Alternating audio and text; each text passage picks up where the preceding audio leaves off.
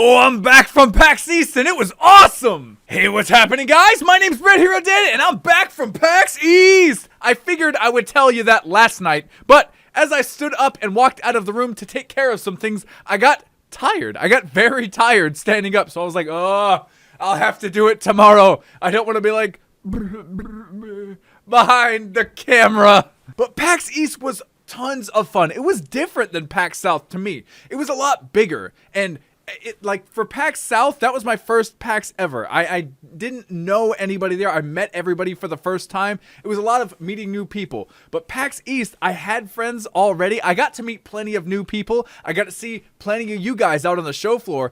But the floor was so much more packed than PAX South. There were so many people there, so many indie developers that I talked to. And the cool thing about that is, I actually talked to some of the indie devs whose games I have played on the channel. And it was just so cool to make that connection with them. It all started with like the flight there. I left in the wee hours of the morning here in my hometown. It was like, departure time was like 4 o'clock or something like that, 4:30, 4:20, I don't know, blaze it, who knows.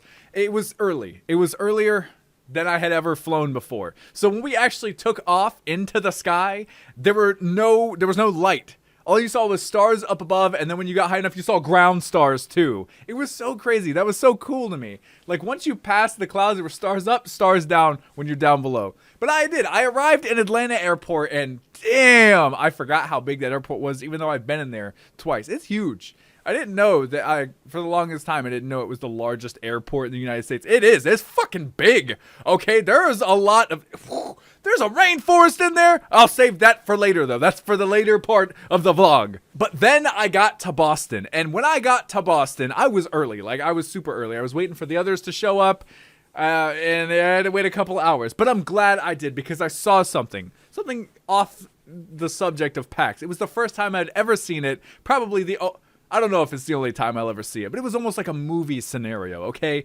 When I sat down in front of the baggage claim, I saw two people, a man and a woman, and they just saw each other at the end of the baggage claim and just like fucking yelled in tears and ran together and hugged and started kissing. That was the most endearing thing I have ever seen. It was so precious. It was the only time in my life I had ever taken a picture of complete strangers, but I wanted to captivate that moment. Like, it was just... oh, it was lovely. It was so beautiful. Beauty aside, we finally end up meeting together after a couple hours of me waiting and kicking it back and my phone dying randomly all the time, and head to the hotel, get our badges, saw a baby do a flip out of a stroller. It was awesome. That poor baby. He took it like a soldier, though. And on this trip, it was the first time I ever saw snow. I actually posted the picture. I think it's on my Instagram or Twitter, one of the two. I posted the picture, and I was just flabbergasted. I've never seen it ever.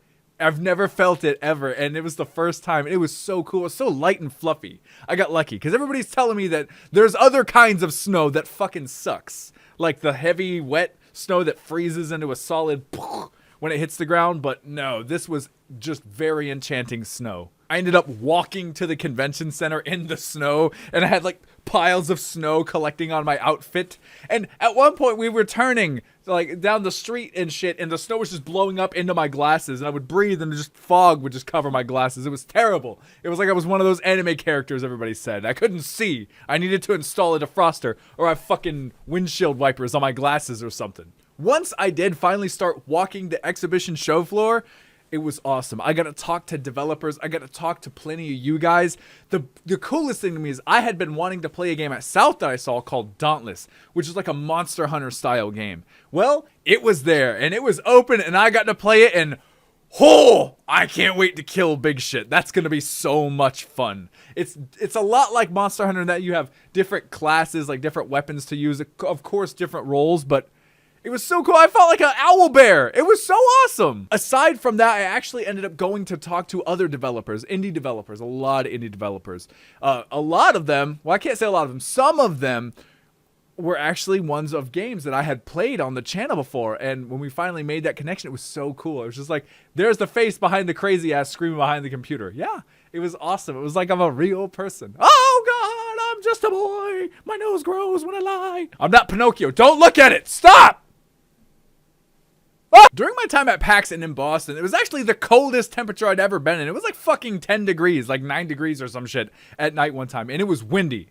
And it didn't matter what clothes you wore, it blew right through you, regardless. There was no saving you, okay? You needed, like, Himalaya snow gear or something like that to deal with that shit. It sucked. And we were stuck outside for a little bit, too, which was not fun, okay? I had to huddle. It was cold.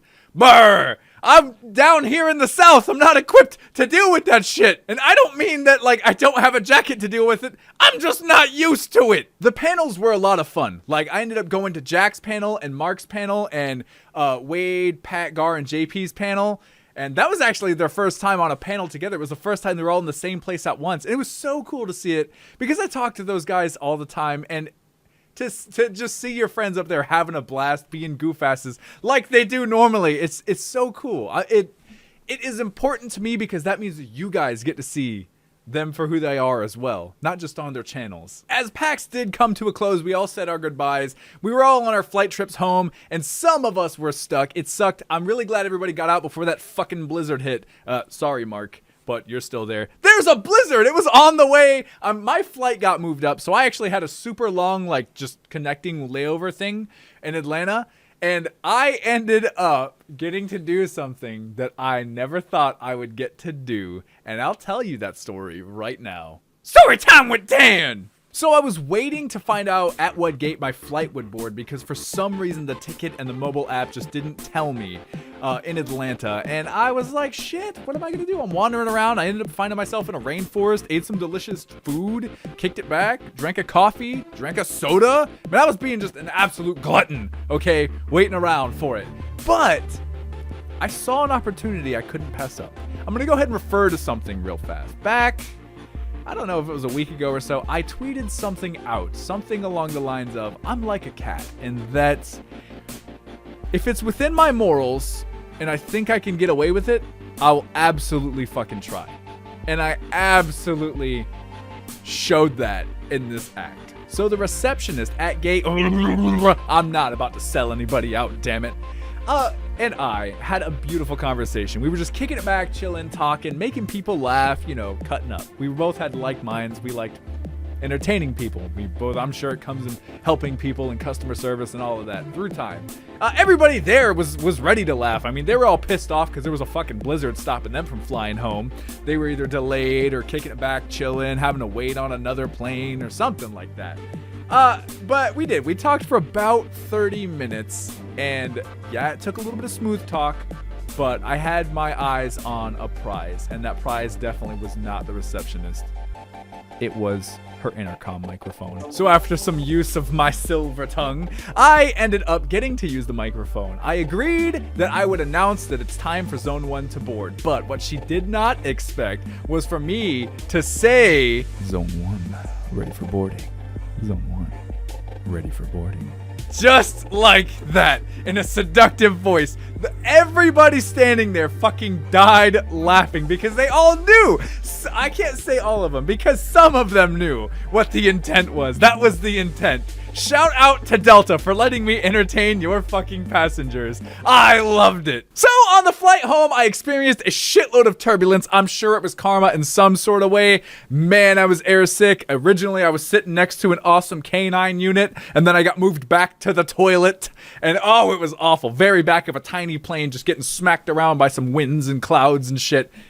It was terrible. But eventually I found my way home. Kinda stumbled my way to the convenience store to grab a drink and, you know, kicked my door in. Thought about recording this vlog last night. Totally fucking failed at it. But here we are. PAX East was a ton of fun. I'm really glad I got to experience the whole thing, including the flight and the layovers and delays. But anyway, thanks a ton, guys, for checking out this video. If you enjoyed it, boom, like it. And leave a comment down below to let me know how I'm doing. But don't think that this is goodbye, because I'll catch you guys in the next batch of videos.